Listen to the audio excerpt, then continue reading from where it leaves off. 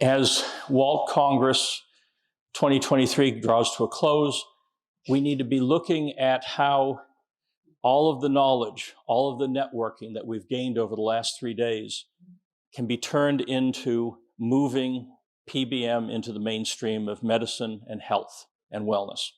And so to figure that out, we're going to talk about penguins.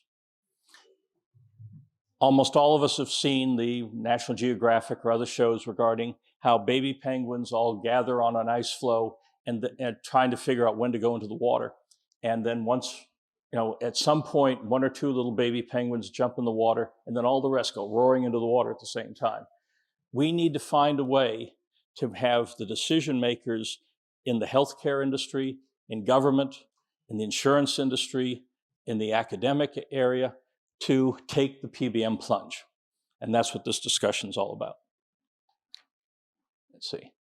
So we've had a lot of major advances in the last 2 years, and that gives us not only the successes that are going to push us forward, but gives us examples of how you actually take what we've learned and move it to the decision makers and get those decision makers to embed PBM in mainstream medicine. So a couple years ago, we've had the Multiple Association for Supportive Care in Cancer recommended PBM as the prophylactic to prevent the horrible side effects of chemotherapy. And since that time, we've had major cancer centers begin to actually embed them, institutionalize PBM in their standard order sets. University of Pittsburgh Medical Center was one of the lead ones. They've actually now treated over 3,000 cancer patients. But the real gold standard is St. Jude. St. Jude is the leading hospital in the world for pediatric cancer. And they have, again, like the other hospitals, made it standard operating procedure, standard order sets to treat their pediatric patients. We're talking 4-year-olds, 5-year-olds with cancer with PBM. They actually have developed devices that look like lollipops or popsicles so that the kids feel more comfortable having the device delivered. When you can go around to decision makers and say, even 4-year-olds, even a place like St. Jude, sees that children are this safe using PBM, that is a huge battering ram to get people to understand how safe it is and how effective it is. The military, in the last couple of years, every major Western military is now using PBM for conditioning, for recovery, and for performance. We got NATO, we got the United States, we got Israel. So once again, we're building our footprint. 4 major victories in just the last year. Let's start with the FDA. This last March, the FDA closed its public comments on a new expedited process for clearing PBM devices. But the most important thing is, after literally decades of mislabeling and misdescribing PBM, we now have an accurate description of PBM embedded in the Food and Drug Administration in America. Center for Disease Control. 2016, they created a opioid guidance, prescription guidance, which they had to revise. After numerous testimonies and submissions of evidence, the CDC in January of this year, which is really, key, a lot of other countries key off of it, has recommended that PBM is the preferred alternative to opioids for pain management. Huge. Took us 5 years to do that. Journal for American Medical Association. Last summer, they published a very large study on lower back pain. They have a chart in their JAMA publication. And that chart shows PBM as the preferred treatment for lower back pain. Again, these are the things that we're trying to build. We want to basically ingrain PBM in mainstream medicine. This is what it's all about. Another big one, Veterans Administration. The Veterans Administration of America, 2 years ago, after an amazing study at the Boston VA of 214 veterans that have had traumatic brain injury. You know, they basically got hit with a roadside bomb and their brain, they survived, but their brain was in bad shape. And the opioids and other treatments basically led many of them to suicide. The success of PBM treating traumatic brain injury in Boston led to a national recommendation by the National Center for Compassionate Care Innovation to recommend PBM as the preferred treatment for traumatic brain injury. There's like 375,000 veterans in America with that issue. So what they did was in Boston. They're doing it also at the Denver VA and in the Salt Lake City VA. There's 171 VAs, hospitals, another about 1,200 clinical walk-in clinics. What the beauty is that the devices that they're using is cheap enough that they're handing them out to the veterans for them to go home. They don't have to come all the way into a veterans hospital anymore. Our goal is to get it into all 171 hospitals. Once again, concept that we're going to be talking about in the next minute or two is think of every victory as a beachhead. We have to expand on it. We can't just simply rest on our laurels. Here's the actual verbiage again. You'll be able to access the slides on what the VA actually recommended regarding PBM and traumatic brain injury. Another part of taking our knowledge, and we actually had some wonderful stories in the last 3 days, how do we put a human face on PBM successes? We're going to have a tale of two patients. The first one is the Pope. Last year, he bashed his knee. I mean, literally shattered it. He was concerned about going under general anesthesia. We were able to reach out to the Pope's physicians and treated him with PBM.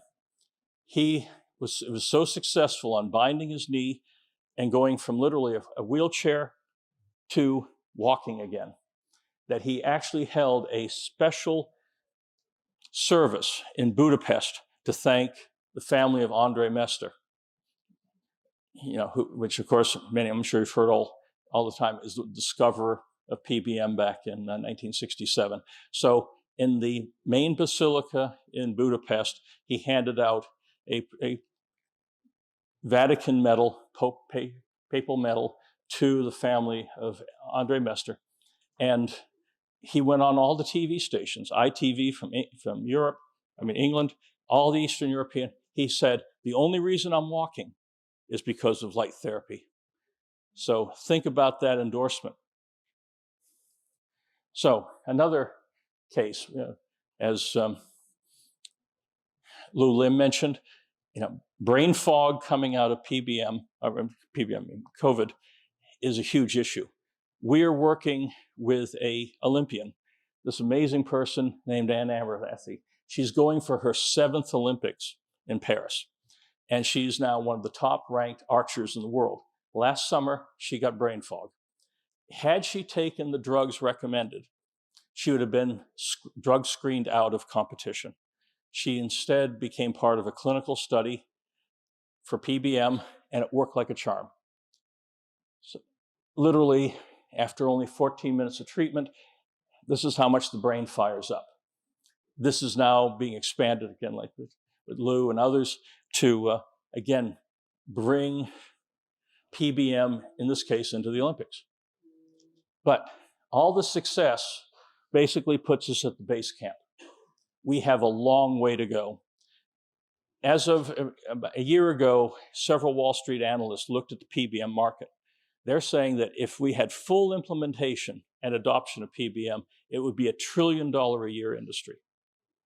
And when you look at the companies that are represented here or referred to in some of these case studies, we're probably less than 1% of that. There's a long way to go. So the key is how do we navigate up that mountaintop to get to that $1 trillion industry? The first thing is reimbursement. In America, other countries might have national health. They need to cover PBM.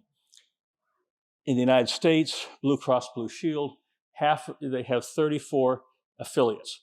Half of them are now covering PBM for oral mucositis. We still need to expand. Kaiser Permanente, a few of their affiliates. We still have a long way to go in America. But one of the big ones for us is Medicare. Americans are getting older. And this is literally a couple weeks ago, Medicare is now covering acupuncture. So what we want to do is get a similar designation, national coverage designation, it's called in America, for having, instead of saying acupuncture, we want PBM up there. And that's, again, interacting with the policymakers, interacting with the stakeholders, interacting with the media to convince people that that's where we need to go. The big problem is, in 2006, a company called Anodyne had a flawed device, and it started burning people's feet. So the Medicare officials basically came up with a negative coverage determination. And so we have to overcome that. In the last 2 years of negotiation, I've gotten the agreement for Medicare to revisit PBM coverage, but we need to work on getting the evidence to them in the right way. American Medical Association, we still don't have a CPT or coverage code. So this, if you have one slide to print out and keep with you and take a photo of, it's this one, because this is the roadmap that we need. We need to figure out who are the decision makers, the influencers, the people who are going to help us institutionalize PBM. And then we need to wrap a reality around them. I call it the echo chamber. Just a couple examples. Many of you are in institutions, many of you in hospitals. You may be in only one department of that hospital. We need to use that to expand to all the departments of the hospital. You may be in one part of a university. We need to expand to all of it. A key one in the hospital world is called grand rounds.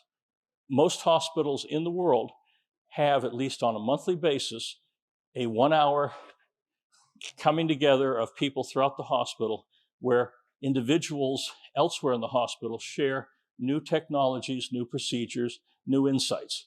We should be in every hospital that we are currently operating in, even if we're just over in the rehab area or the cancer area, do those grand rounds because everybody attends.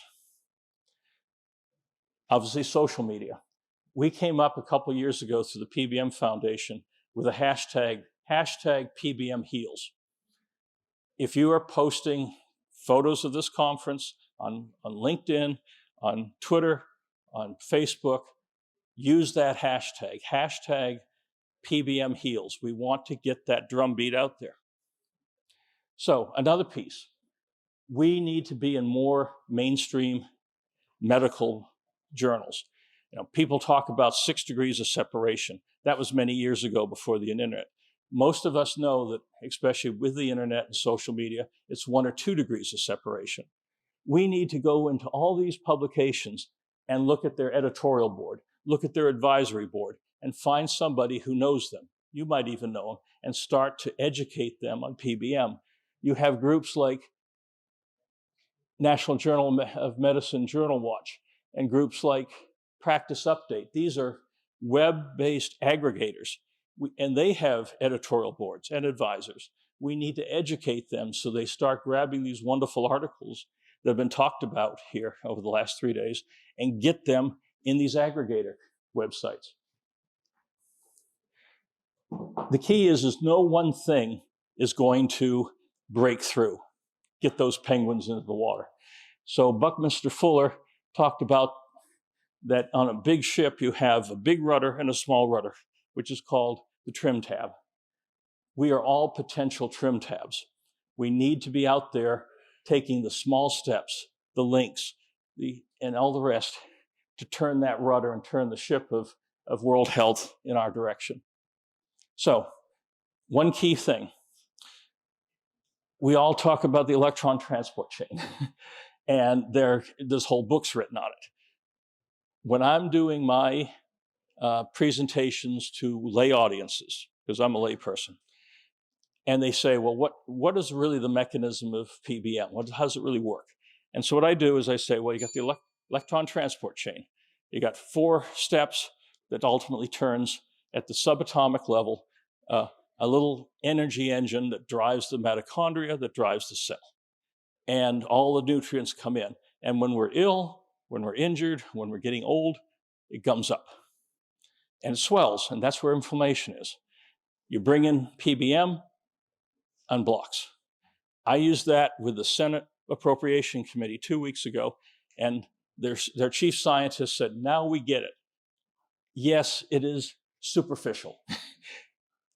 Even that's superficial, because people like Praveen Irani and Juanita Anders and others are creating much more complex things and finding every day additional insights on what happens at the subatomic level. But if you're sitting across from a reporter, a policymaker, an elected official, I mean, everyone here can look at their ministries of health, their parliament members, and they say, well, what is this really? Bang, bang, bang. Just like Dr. Spock with this, now we have our own. So the PBM Foundation works closely with WALT. In fact, both Renee Jean and Praveen are board members, and Liebert's a board member. We have people, we work very closely, where WALT is an aggregator and a curator of knowledge. We are the disseminator of knowledge. So we work hand in glove as another nonprofit to try to get the word out. So look at these slides when you get home. Look at our website, pbmfoundation.org, and we're always here to help. So I thank you much.